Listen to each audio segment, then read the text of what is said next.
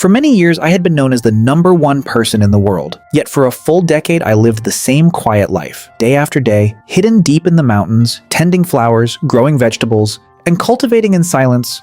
While in the cultivation world, countless powerful experts and spellmasters rose and fell, and the rumors about me slowly faded until almost no one spoke my name anymore. And then one day, everything changed when a clumsy girl suddenly barged into my barrier and trampled my vegetable field. She cried pitifully, apologizing again and again as she tried to fix the mess she had made, saying, "I finally made it into Swantian sect, but no one there is willing to take me as a disciple. They all think I'm stupid and don't want to teach me, but that the An family clearly said my talent was extraordinary." And as I looked at her, I couldn't sense even the slightest trace of spiritual power in her body. There was no way she could be called talented, but she was so noisy and persistent that I had no choice but to accept her as my disciple.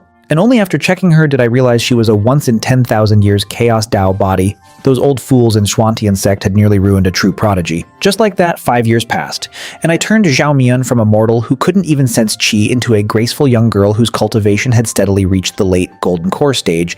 And every day besides cultivating, she helped me manage the vegetable garden, wash clothes, and cook, living a hard life in the valley but never once complaining, instead seeming completely content.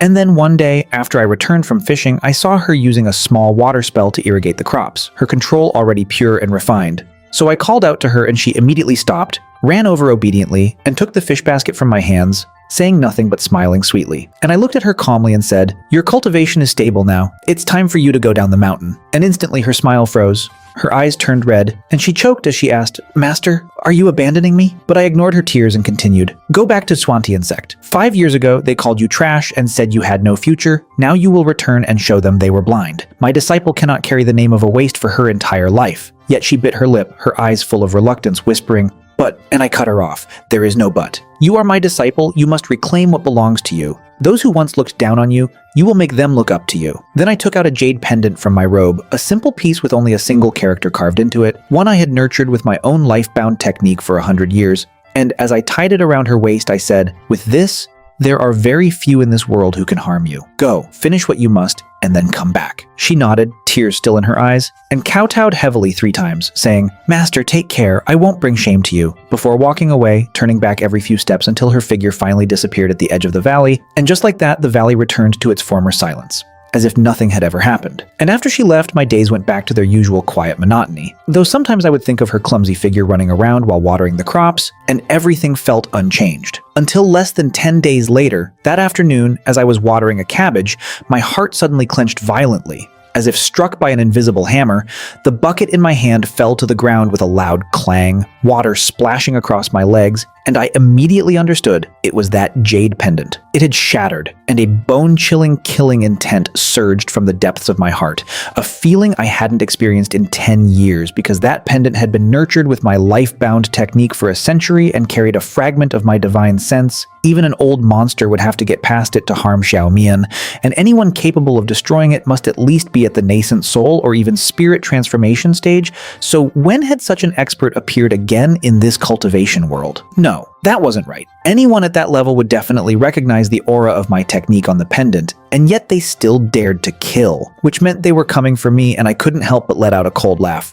Good. Very good. Then I walked to the center of my vegetable field where a crooked wooden stick stood, something I had casually stuck into the ground 10 years ago to support bean vines, weathered and rotten, as if it would break at a touch. But as I grabbed it and slowly pulled it from the soil, the dirt fell away, and a deep, chilling light suddenly burst forth under the sun, the decayed outer layer cracking and peeling off inch by inch to reveal the sharp, gleaming blade hidden within. And on that sword, beneath layers of rust, 2 ancient characters could barely be seen, Wen Tian, and I murmured, 10 years without blood. I wonder if my old partner has grown dull as well. Then I carried the sword to the courtyard, where a broken blue flower pot sat, long dead, filled with nothing but dry soil, and with a single kick, I shattered it into pieces, digging through the dirt to pull out an oil-wrapped bundle that had nearly rotted away, the wrapping crumbling into dust as I opened it to reveal a dark, worn, butterfly-shaped token.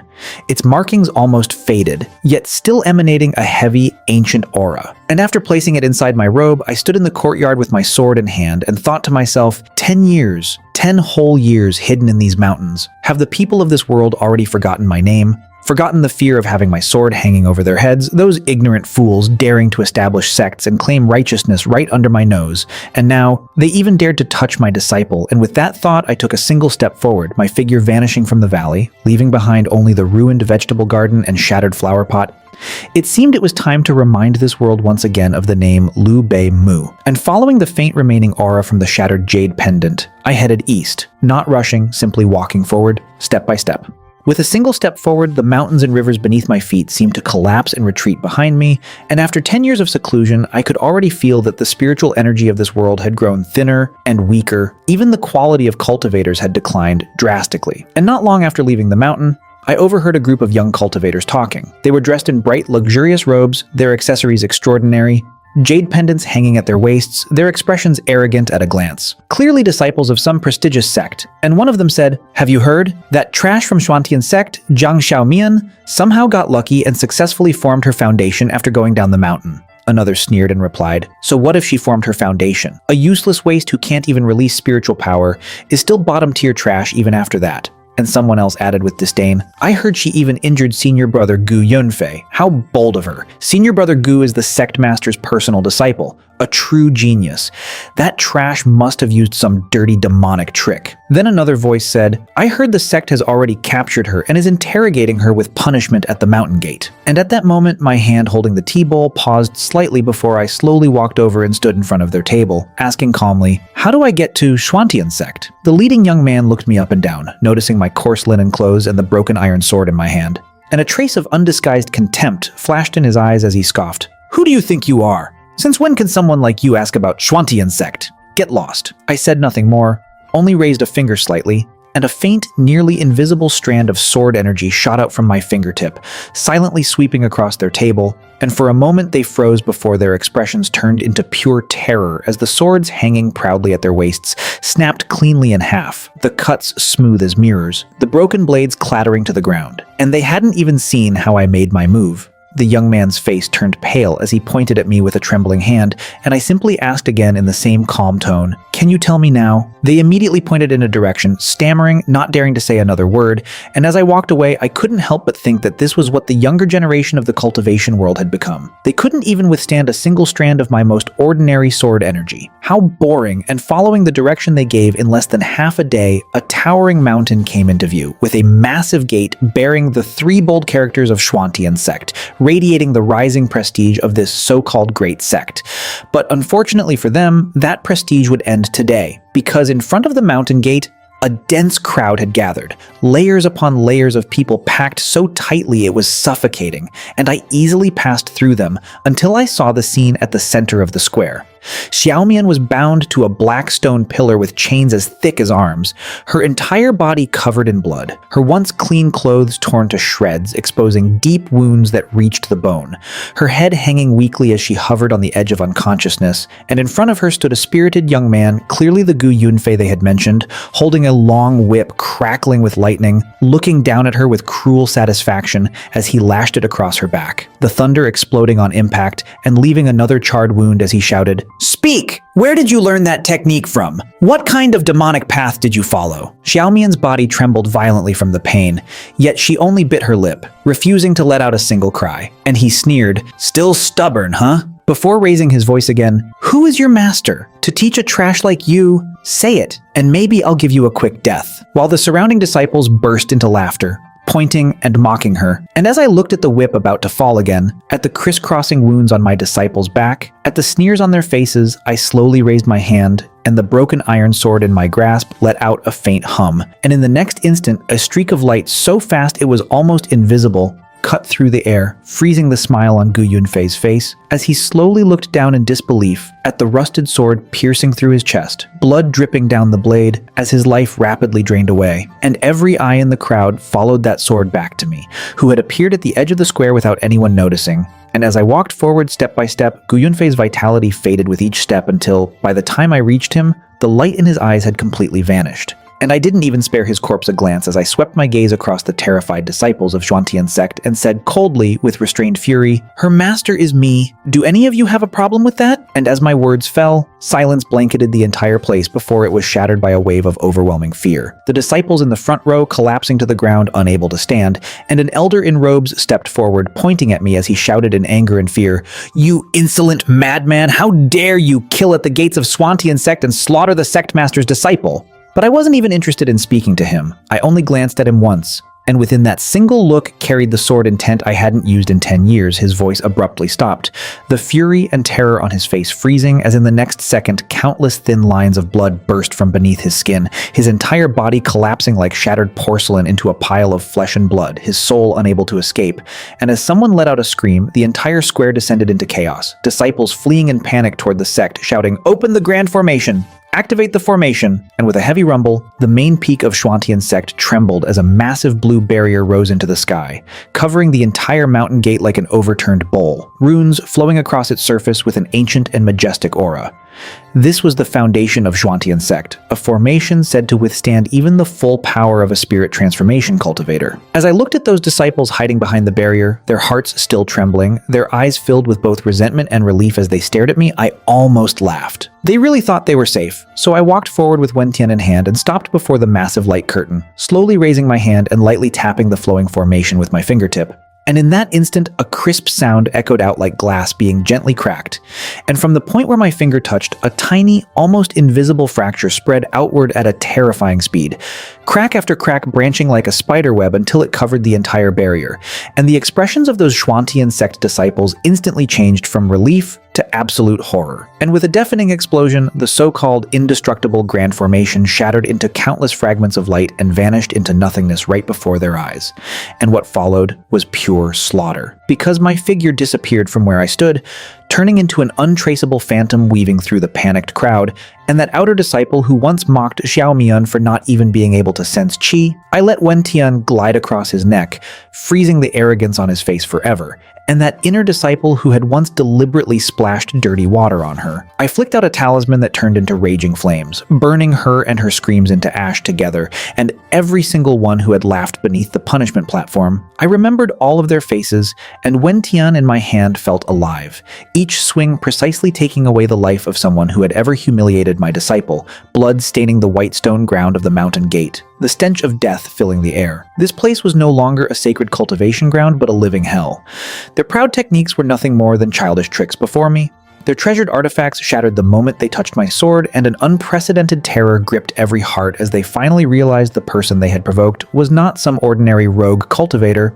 And just as I was about to kill the last elder who had personally laid hands on Xiaomian, a terrifying aura, dozens of times stronger than Zhang Jingshan's, suddenly erupted from the depths of the main peak, sweeping across the entire Xuantian sect, and a furious, thunderous voice exploded in my ears as a streak of light shot out from the peak and landed in the center of the square, revealing a man dressed in a dark sect master's robe trimmed with gold. Wearing a crown, his expression cold and imposing, his spiritual power surging wildly, clearly a late-stage spirit transformation cultivator.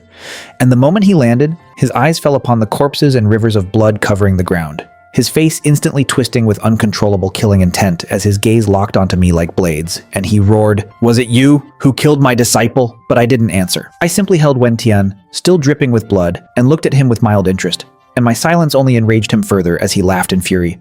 "Good, very good. Since I founded Xuantian sect 300 years ago, you are the first person who dares to act so arrogantly here. Today, I will tear your soul apart and ensure you never reincarnate." And as his voice fell, a green longsword appeared behind him with a sharp ringing sound, its aura cutting through the heavens and stirring the winds, causing the sky itself to change color. And the surviving disciples immediately cried out in excitement, "It's the sect master's natal weapon, the Qingxuan sword! The sect master has made his move. This madman is dead for sure." Their eyes reigniting with hope as he formed hand seals and chanted, and the Qingxuan sword shone brilliantly, transforming into a massive blade dozens of meters long that slashed down toward me, drawing in the surrounding spiritual energy with overwhelming force, powerful enough to split mountains and rivers. And yet, I only stood there quietly, even feeling a hint of amusement, because the starting stance, the method of circulating spiritual energy, the flawed Tao hidden within that sword technique, It was all far too familiar, even though he had clumsily altered it into something unrefined. I recognized it instantly, because this was nothing more than a rough draft I had casually scribbled hundreds of years ago while experimenting with sword techniques, papers I later used to wrap food before throwing them away, and yet somehow they had been passed down and treated as supreme scripture by a fool. So I raised my head and looked carefully at his face, twisted in anger. And from the depths of my memory, a younger, humbler version of him overlapped with the man before me. And I finally realized it was him, that mediocre junior who used to follow me around calling me Senior Brother Lou, with ambition burning in his eyes. And now, relying on a few discarded scraps of mine, he had actually become a sect master. How ironic, and as his attack, capable of splitting a mountain peak in half, descended toward me, I finally moved, but I didn't draw my sword, nor did I even use spiritual energy to defend myself. I simply raised 2 fingers and gently caught the blade between them, and the violent sword energy exploded outward, tearing apart everything around us.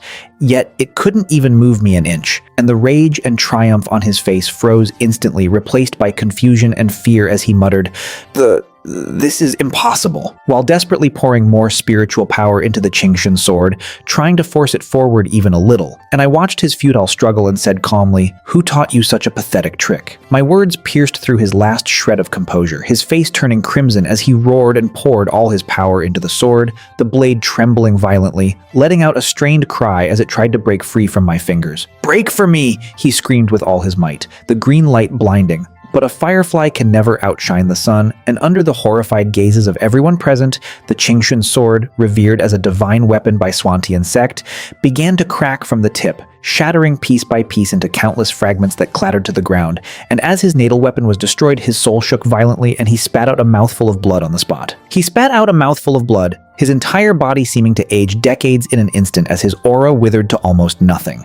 Staggering backward as he pointed at me, his eyes filled with nothing but pure fear and disbelief as he trembled. Who exactly are you?" But I had no interest in wasting any more words on him. Withdrawing my fingers as I slowly walked toward him, my steps light and unhurried, yet every step felt like it was crushing down on the hearts of everyone present, forcing the surviving disciples and elders to retreat again and again under the invisible pressure, some even collapsing to the ground with their legs giving out, while Xiao Yi tried to escape, but my presence had already locked onto him, his body stiff like stone, unable to move even a single finger. And he could only watch helplessly as I approached, watching as I raised my hand, and a flicker of desperation flashed in his eyes as if he wanted to self-destruct his soul to drag me down with him, but I said calmly, "In front of me, you don't even have the Z-Gay to self-destruct," and my palm lightly pressed against his lower abdomen. Just a gentle touch before I withdrew it, yet his entire body convulsed violently as if struck by lightning, and when he looked down at his dantian, his expression shifted from confusion to endless despair.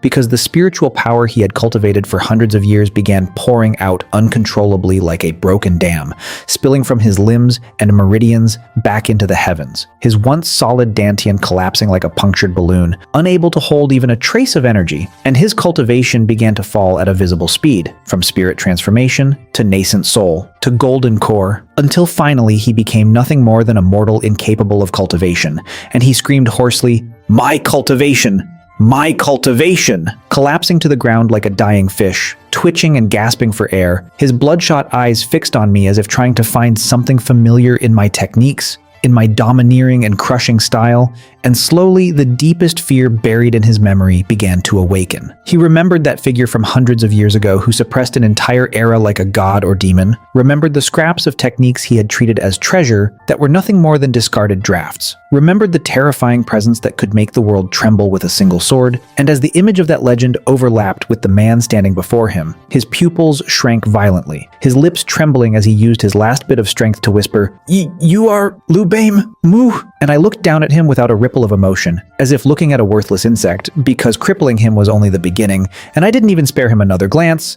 This once lively insect was no longer worth any of my attention. Instead, I slowly raised my gaze toward the towering main peak in the distance, the very foundation of Swantian sect, the spiritual vein that had supported its 100 years of glory. And I thought to myself, 10 years. For 10 whole years since I returned to the mountains, this sword called Wentian had been stuck in my vegetable field, used as nothing more than a tool to support cucumbers and beans.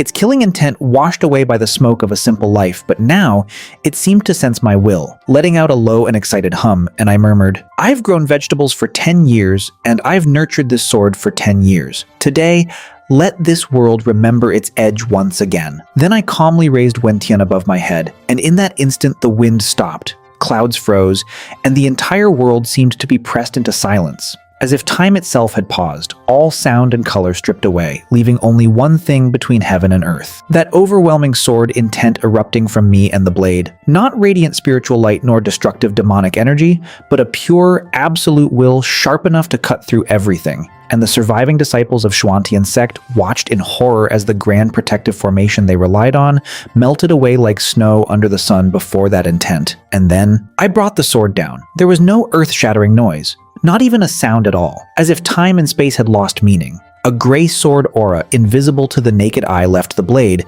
moving slowly yet faster than anyone could comprehend, silently descending upon the main peak of Xuantian sect. And for a single breath, everything was still. Then came a faint cracking sound, like the beginning of something inevitable. And under the terrified gazes of all, a deep, bottomless fissure split the entire mountain from its peak downward. And only then did the thunderous roar arrive, shaking heaven and earth. The spiritual vein that sustained the sect severed in an instant. Countless streams of spiritual energy bursting out like a raging flood, turning into a storm that swept across the land as the mountain collapsed, boulders crashing down, the earth trembling, and just like that, the once glorious Xuantian sect, hailed as a rising powerhouse of the cultivation world, was reduced before my eyes to nothing but a field of ruins. And when the storm settled and the dust dispersed, I walked forward slowly, dragging my sword across the ground, carving deep marks into the shattered stone as if writing with iron upon paper, leaving behind strokes filled with killing intent that would make even cultivators thousands of years later tremble at the sight. And on that ruined ground there was only one sentence: "Those who harm my disciple shall face the destruction of their entire sect." And from this day onward, the name Lu Bame Mu would no longer be a forgotten legend, but a terror hanging over the entire cultivation world. After finishing all of this, I casually rested Wentian on my shoulder as if I were carrying nothing more than a kitchen knife. Behind me lay the ruins of the sect, and that deep scar carved into the earth, one that would make every cultivator who saw it in the future tremble. While in front of me was the deathly silent square, and the surviving members of Xuantian sect, slumped on the ground with hollow eyes, as if their souls had been completely stripped away. But I didn't spare them another glance. As I stepped forward toward the punishment platform in the center, the air thick with the stench of blood, dust, and a suffocating fear that had almost taken form. Yet none of it mattered to me, because my disciple Zhang Xiaomian was still bound there to that cold iron pillar, her once lively face now pale as paper, her breath so weak it seemed it could vanish at any moment, but she was still conscious. And when she lifted her head and saw me, a faint light flickered in her lifeless eyes before being swallowed by tears as she choked out, "Master," before losing the strength to say anything else. Clutching tightly at my clothes as her tears soaked into my chest, and the chains binding her were forged from special cold iron designed to seal a cultivator's meridians, yet I couldn't even be bothered to draw my sword. I simply raised 2 fingers and flicked lightly against the chains, and with a crisp sound like a snapped string, those supposedly unbreakable shackles shattered inch by inch into dust, and as her body lost support, she collapsed forward into my arms, so light, even lighter than the biggest winter melon in my garden. And holding her, I could clearly feel that her meridians were shattered, her internal organs heavily damaged, so I placed my palm against her back and slowly guided a gentle stream of pure spiritual energy into her body, repairing her broken pathways and stabilizing her fading life force until her trembling stopped and her breathing gradually steadied. And as I looked down at her tear-stained face, my heart, which had been as still as an ancient well for 10 years, was finally stirred, and I said softly, "It's all right now. I'm here. I'll take you home." My voice calm yet echoing across the silent square, and with that I turned and walked away carrying her, leaving behind countless gazes filled with fear, reverence, and disbelief, leaving behind the destruction of an entire sect and the rebirth of a legend. Yet I never looked back, and after walking for a long time, her condition finally stabilized a little, and in a weak voice thick with tears, she whispered, "Master, are we going back to Nanshan?" And I answered without hesitation, "Of course we are." And step by step I carried her back to Nanshan, while the ruins of Xuantian sect and the shock that shook the entire cultivation world had nothing to do with me anymore, because my world returned once again to this quiet mountain, and the girl in my arms, and the small wooden house was just as it had always been, the plants in the courtyard still thriving under the formation even during my absence. And I gently placed Xiaomian on the bed in her room, where she quickly fell into a deep sleep from exhaustion and her injuries, and instead of using any complicated pills, I drew in the pure spiritual energy from the spring behind the mountain to cleanse and heal her wounds, then casually pulled out a dusty wooden box from beneath the bed and took out a dark, crude pill, stuffing it into her mouth without much thought, something I had once made for fun and long forgotten its exact effects, only remembering that it worked like candy to replenish spiritual energy when there was too much. And after that, my days returned to growing vegetables, fishing, and fetching water. The only difference being that there was now a little shadow always following me. Because when Xiaomian woke up, she was no longer as noisy or prone to tears as before. Instead, she became quieter and far more diligent, waking up before dawn every day to practice the techniques I taught her again and again. And after facing life and death, the potential of her Chaos Dao body had fully awakened, her spiritual energy no longer stagnant, but flowing like a raging river. Every move she made carrying a powerful aura that even surprised me slightly, her Dao heart tempered into something unshakable, while I remained as lazy as ever, sticking Wentian back into the vegetable field, occasionally pulling it out to cut fruit, or smack away any ignorant creatures that wandered too close. And those old scraps I had dug out were casually buried back under the soil again, pressed down firmly so they wouldn't be washed out next time I watered the plants, and everything returned to the same peaceful rhythm as 10 years ago. So calm it almost felt unreal, as if the massacre at Shuantian sect had been nothing more than a forgotten dream. But the cultivation world had not forgotten, and sometimes foolish young cultivators who wandered within 100 miles of my barrier would suddenly feel as if they had slammed into an invisible wall and flee in terror. And gradually, the entire region around Nanshan became a forbidden zone, while countless rumors about me spread across the cultivation world. Some said Lu Bame, Mu had returned to purge the sects. Others claimed I had fallen into the demonic path, and that day's slaughter was for some ancient evil artifact, and some even said I had long been dead and what they saw was a resurrected ancient demon. But no matter how the stories changed, they all ended the same way. You could provoke anyone in this world, but you must never step into the fields of Nanshan, and you must never lay a hand on that girl, the one who was said to cry so easily,